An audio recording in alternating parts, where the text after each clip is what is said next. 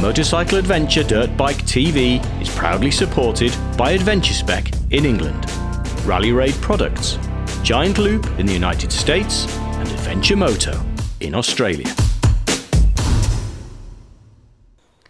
Welcome to my review of the Yamaha Tenere 700. I've been riding bikes for over 40 years, and I'm a dirt-oriented adventurer, willing to take on the more extreme and less travelled paths, and my most recent adventures have been documented on this YouTube channel. My demands are pretty clear in terms of what I want from an adventure motorcycle, and for the most part they are uncompromising. For my style of riding and the terrain I want to ride in, there are a number of features that are very important to me. Reliability, simplicity, easy access to essentials such as the air filter and battery, a solid proven engine, solid dirt handling, long distance comfort, and a good fuel range are all important factors for me. So along comes the Yamaha Tenere 700. From my initial 300 kilometre first impressions ride, it was clear to me the Tenere 700 addressed many of my demands. Standout features on that first ride were the direct dirt-oriented steering, engine power delivery and a very comfortable standing position. The Tenere 700 was without question a dirt-oriented adventure bike. I've now had the opportunity of putting a couple of thousand Ks on the bike, and I've got to know it reasonably well, and it's time to share my experiences and thoughts about this bike. The Yamaha MT-07 engine has a distinguished road heritage and is renowned for its reliability and long service intervals, 10,000 kilometres for oil and 40,000 kilometres for valve adjustment. The engine appears to sit high in the frame, and I was initially concerned it may push the centre of gravity higher in the bike and affect handling, but that's just not the case. Once I started pushing the bike along in the dirt, it felt planted, well centred and balanced. The power delivery is perfect for motorcycle adventure. It's very generous at low revs and will no doubt get many adventure riders out of trouble with potential low speed crashes in tight technical or slippery sections.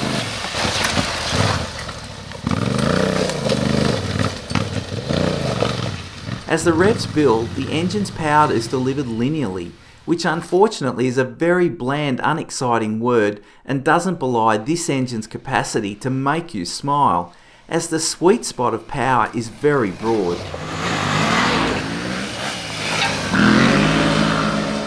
The bike continues to pull well beyond legal highway speeds and will comfortably sit on the freeway speeds all day, with enough punch to manoeuvre around and through freeway traffic.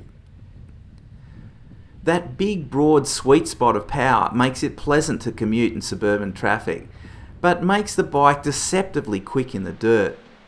Some have described it as like an electric engine, it's just that smooth.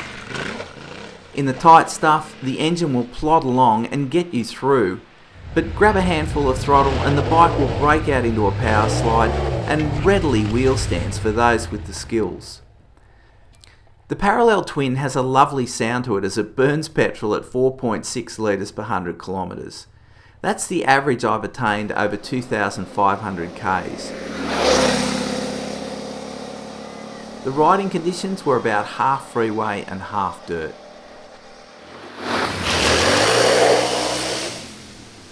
With that solid foundation of a 21-inch front and 18-inch rear wheel combination, there is no question this dual sports bike is dirt-oriented. Big wheels are made for rolling over rough terrain and changing direction in the dirt and getting traction with improved stability. But what made it crystal clear for me was when I took hold of those handlebars and moved off. The steering geometry is noticeably direct and very different from big dual sports bikes, and has a quality akin to riding a Yamaha WR450. It's a very direct steering and the bike goes exactly where you point it. And it also makes for quick changes in direction. The T700 is an agile bike, but in the same breath it feels settled, centred and well balanced.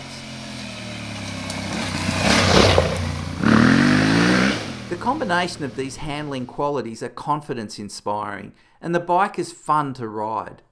The bike always feels sure-footed and controlled, even when breaking out the back wheel for a power slide. On the dirt, there is a natural tendency to move to the standing position for a couple of reasons. Firstly, it's just so comfortable. But more importantly, this bike responds to being ridden like a dirt bike. In those conditions, I will weight the foot peg on the outside of a turn to assist in steering the bike. I'm not the best road rider in the world, but that nimble handling helped me weave through suburban traffic, and freeway miles, well, they were easy and comfortable.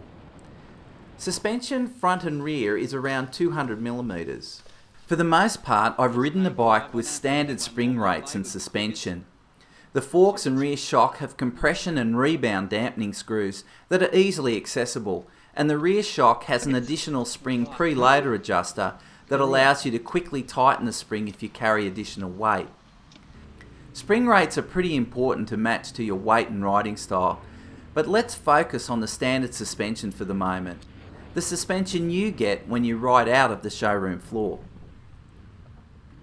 If you're not familiar with it, I would strongly suggest at time of purchase getting the Yamaha dealer to explain suspension and suspension sag adjustments. It's fair to say I pushed the standard suspension pretty hard during this review, and I was certainly moving into that dirt bike realm. From my experience, the standard suspension was surprisingly good, but it was on the soft side, and that became apparent as you pushed it harder. But at the end of the day, this is not a dirt bike, it's a 200 kilogram dual sporter. So on most terrain, be it bush track, suburban roads or freeway, the suspension had a plush feel, and even with a significant increase in pace, the suspension was fine. For average riders who plan to do the odd excursion into the bush, I'd roll the bike out of the showroom floor as it is. I took the bike with standard suspension settings to a series of whoops where I've tested the suspension of a number of bikes over the years. Let's be frank, there's not too many adventure riders who would approach this series of whoops at that speed. Clearly, the sensible thing to do is slow down. But what I wanted to do was push the suspension to appreciate its limits. As I suspected, the rear shock hit its limits pretty quickly, primarily because the bike requires a heavier spring for my weight. And I can't fairly comment on rebound and compression dampening on the rear of the shock in the absence of the correct rear spring for my weight, but it did okay.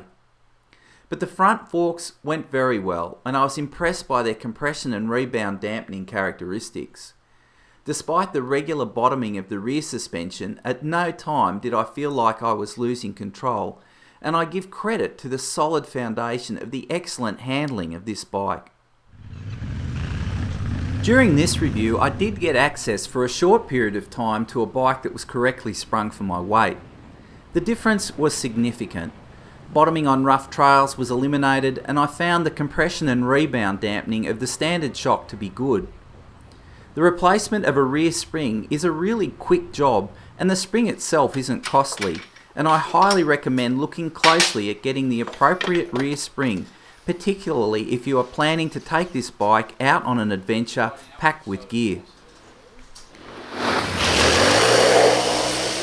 Fatigue is one of the biggest threats to motorcycle adventure riders. Great cockpit design and well-considered ergonomics that keep the rider comfortable and focused over long and sometimes challenging miles are essential in a motorcycle adventure bike, and I'm pleased to say that's what I've experienced on the T700. In terms of size, I'm a pretty average rider, 178 centimetres or 5 foot 10 inches in height and 92 kilograms in weight. When I kicked my leg over the bike, I could place the front portion of my feet on the ground. In the sitting position, all controls were where I expected them to be. I was happy with the bend of the tapered bars that had bar risers as standard. Higher bar risers are available through the Yamaha parts catalogue, but for me, the standard bar height was perfect for standing or sitting. One thing that was noticeable in the sitting position was the plastic cover around the clutch activation lever that initially noticeably rubbed on my inner right calf. It took a little time for me to get used to its presence. The comfort of the standing position on this bike is one of its strongest features. The only thing stopping me standing up all day was the relatively small size of the foot pegs, which would have benefited being about 3 centimetres longer and about 1 centimetre wider. And I steer my bike in the dirt through the foot pegs, and I find myself already coming onto the outer edges of the foot peg to get my purchase and leverage to slide the bike and weight the bike. The instrument panel can be read while standing, and all levers are easy to activate and control in the standing position. On the move and in varying conditions, I found the dual front discs had good feel and were predictable when increased pressure was applied on the front brake lever. The rear brake lever was easy to find and activate at standing or sitting position, and it too was predictable in its take-up. The gear lever was easy to find and the activation of the gear lever worked well. It was rare to miss a gear. The cable-controlled clutch activation and take-up was predictable and generous and matched perfectly with the generous engine dynamics. The combination of the innate feel of all the controls combined with that very generous engine makes for a bike that is easy and fun to use and generous and predictable for the rider. A statement of this bike's simplicity is the deliberate avoidance of gadgetry, and the cockpit and switch blocks are very basic but are functional. An affirmation by Yamaha that a rider of a T700 is in complete control of inputs to this bike. Consistent with that philosophy is a presence of a simple cockpit that provides the necessities and no more. No flashy colour screen on this bike. The black and white instrument panel is simple and provides the basic information you need and nothing more. And the reserve tank system provides a generous 50 k's once the reserve fuel light activates. Whilst the fuel economy was a generous 4.6 kilometres per 100 k's on a 50-50 highway dirt combo ride, once you start to give this bike some stick, fuel economy naturally drops. In addition to looking the part, the lighting on this bike is excellent for both low and high beam. It has a great spread and depth. The blinkers are also bright, even in strong daylight, and useful to show intention in city traffic. The dash comes with a 12-volt power inlet on the left, and there's room for another on the right. ABS is deactivated by pushing and holding a button on the dash for a couple of seconds. The bike must be stationary for it to respond. The fairing is small but effective in keeping the wind and rain away from the chest of the rider, but I did experience some helmet buffeting over 90 kilometres per hour. The comfort of the standard seat is great, and it continued to be comfortable after a long 600 kilometre day in the saddle.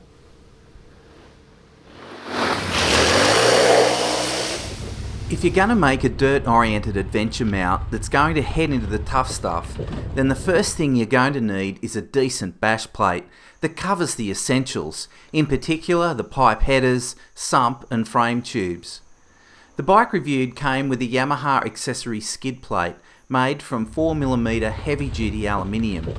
This type of engine protection gives you the confidence to go into those rocky places knowing you have decent protection. My bike also came with a Yamaha accessory engine guard that very solidly protects the bike from all but the biggest of crashes. I've got the Yamaha engine guard on this bike. It's primarily mounted to the engine frame, but also onto the engine itself on a lug just at the back there, and then a third point up here. That's a very thick engine lug. And at the front, both sides of the guard are joined for added strength. The bike also came with bark busters, and I've been using this product for about, a million years, and it's the first accessory I fit to every new bike. Put simply, they protect levers, they work, and they've never let me down. One of the most underrated and yet most useful accessories is a main or centre stand. The main stand makes it so much easier to do repairs on the bike, in particular fixing flat tyres. The Yamaha accessory main stand is built like a bridge, and it's easy to use and tucks out of the way when riding. So it's quite easy to get off the centre stand, just a little push, it's off. And equally, you just get your foot on that lever and give it a push down and up she comes. It's really easy. But the advantage of that is, you know, you can repair your front wheel or your rear wheel and just have them off the ground. It makes changing wheels so much easier. Headlight protection when riding with a group of big adventure bikes on the dirt is essential. And this bike came with the Yamaha accessory headlight guard that was made from durable perspex. 4 spring-loaded locking screws secure the guard that can easily be removed with a flat-ended screwdriver for cleaning. One of the first accessories I'm going to put on this bike is the Rally Raid Products top bar clamp that has a number of tapped holes that adapt for different uses. For me, it allows the fitting of a Garmin Montana rugged mount, but it also allows for the fitting of road books for those with paper-oriented navigational rides. Rally Raid also have a billeted mount here for the GPS that they've just designed. In a couple of weeks' time I'll have that to test as well. So one of the areas that are partly covered by this bash plate, but I don't think is covered enough, is the water pump housing and the clutch case here. There's some products out now, I'm not going to recommend any, but they have a plastic covering right over the top of all of this. This gets removed, this part gets removed, and it sits right over the top of here. I strongly recommend that you get some sort of protection here. This in particular is pretty vulnerable there, even though this bash plate gives great protection. If you tip over and land on a rock, you could pop a hole in that pretty easily, I think, and once you've done that, all the fluid from your radiator is gone. So I don't think it's very much, but I strongly recommend getting protection for the water pump housing and the clutch, and as I said, there's products out there that can do that, and the same for the other side of the bike as well. The final accessory we're going to talk about today, is it an accessory or a tool? This is a wheel removal tool by Rally Raid Products. This allows you with one tool to take the front and rear wheels off. It's a ripper, really well made, as you'd expect from Rally Raid, beautifully welded and will be reliable, but makes wheel removal so much easier and saves you carrying a truckload of spanners around. That is a ripper of a tool. Thank you, John Mitchinson. Personally autographed.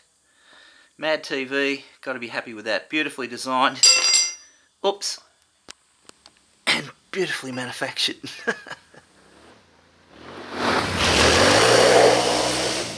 Well, after 2 months and 3,000 kilometres, I've got a pretty good idea of what the Yamaha Tenere is really about. And in summary, it's a cracking bike. It's a simple bike. It's only got ABS and that's it, no doodads.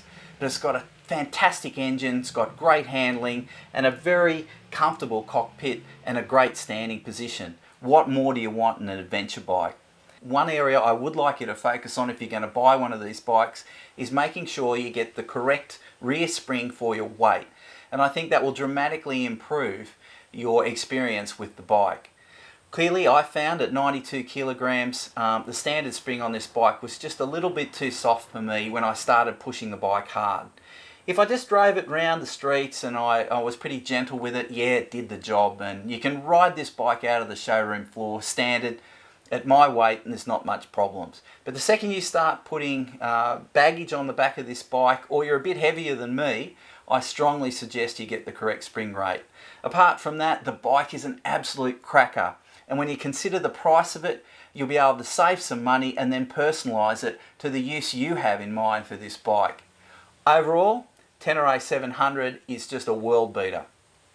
Be sure to continue watching this channel as I have a series called All Things Tenere that allows engineers, mechanics and experts in the field of motorcycle adventure to give you the most up-to-date information on their experiences with the bike they love, the Yamaha Tenere 700.